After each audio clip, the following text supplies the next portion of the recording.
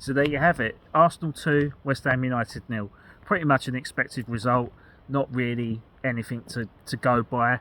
The positives from a West Ham point of view was the introduction of Callum Marshall and Freddie Potts, who look far better in a Nuno Espirito Santo system than the players that they come on for. I like Nicholas Füllkrug.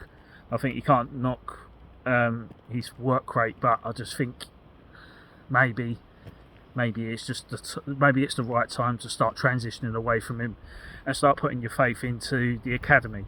Magassa, another one I'm not really entirely convinced on. I know he's a silver medalist for France at the Olympics just gone, but for me, I think he's well off the pace. People saying he's going to be like the replacement to Declan Rice. I'm sorry, I just don't see it. I think he's probably more of an ilk of a Pedro Obiang, who again didn't really put up trees at West Ham. But again, it's too early to tell. But my stomach's telling me that I think Magassa is just not the right person for West Ham United. I'm sure he'd be a good player for someone else, but for West Ham, he's probably just not what we need. For me, Freddie Potts, the past two performances coming off on the bench, we've significantly improved our style of play with him in it. I think it's his position now. I think he's got to be given that role, and he's got to be given the opportunity after the international break to solidify that, be part of the West Ham DNA, and I think Nuno recognises that. I think he knows very early on what Freddie Potts is capable of doing. So I think now he's had two decent performances under Nuno. I can see him now being getting that starting berth over Magassa. Now there's a lot of things there saying that Nuno wanted Magassa at Nottingham Forest.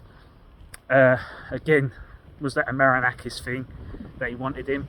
And again, we really don't know whether Nuno did want him or not, because Nottingham Forest was signing players from Botafogo.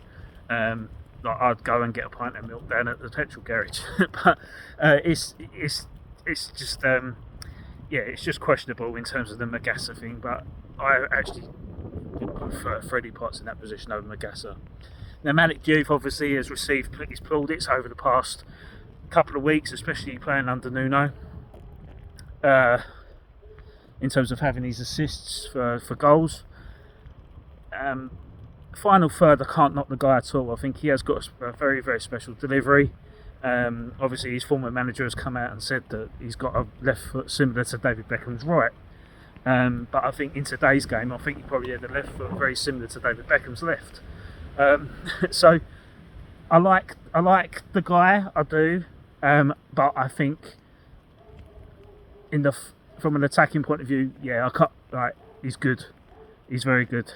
But defensively, very suspect. Very, very suspect. Obviously giving away the penalty / free kick today. But he's been a couple of times where he's been found out. He's been caught out by certain players on the wing.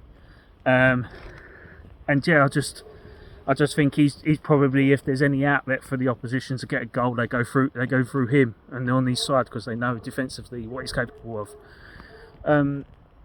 But for me, I raised eyebrows when we signed him, because I just questioned whether we actually needed someone at that side of the pitch. Because although we had Emerson, who's left in the summer, and obviously he fell out with Potter, but we had Ollie Scholes there, and Ollie Scholes has not had a sniff at all. And for me personally, I think he's probably the well-rounded left back out of the two that we've got. I think he's better defensively. I think he can deliver a ball. I think tackling wise he's superb. Distribution, I think he's great. So if I had to pick, I'm going with academy over recruitment, and that is I'd rather play Scholes than Diouf as the left back. If we had some sort of way where we could play Diouf as a left winger, I think that would be perfect. But when you've got Somerville playing the way he is, it'd be quite hard to kind of make him. Be quite hard to kind of drop him. But yeah, we've got to try and find a way to make these players work. I mean, Diouf was obviously brought in to play that left wing back role, but as a full back, I just prefer Scarlea. I do. Yeah, so let's see how that pans out. But overall, if you don't have any goal shots on target, you're never going to score goals. And I think that was the kind of end result at West Ham. I think Arsenal, they just contained the game. And obviously it is a game that, a fixture in particular over the past 2 seasons before, where West Ham have come up and actually pissed on their chips a little bit. And I think Arteta has probably come out and gone, look, this is a game we should not be losing. I don't care how unpretty we win, we need to win it. And I think that's exactly what Arsenal did today. They just contained, they played the perfect game of chess, and you can't really knock it. It was a boring game, it was, but you know, Arsenal come away with 3 points, they're top of the table as we speak, and they were going into an international break on a high. So yeah, let's see how things pan out. From a West Ham point of view, again, the shape we look better, the performances look better. It looks like we've got more passion in the squad, and it seems like Nuno is getting more involved in the training, and hopefully when we play Brentford,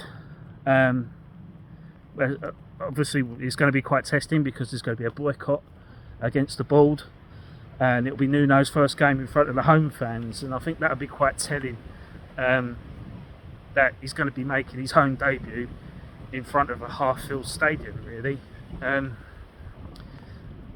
Yeah, that's not saying people shouldn't go to the game, because I think if people earn their money and they want to spend it and go and watch the club that they love, then that's absolutely fine. But obviously people not going to go, that's their choice, because it's for a very good reason, and it's for a sign to get David Sullivan and Karen Brady out of this club. So yeah, another weekend, no win, but it looks like the win isn't going to be far away. So yeah, hope you have a good evening, and I'll see you on the flip side. Come on, you irons.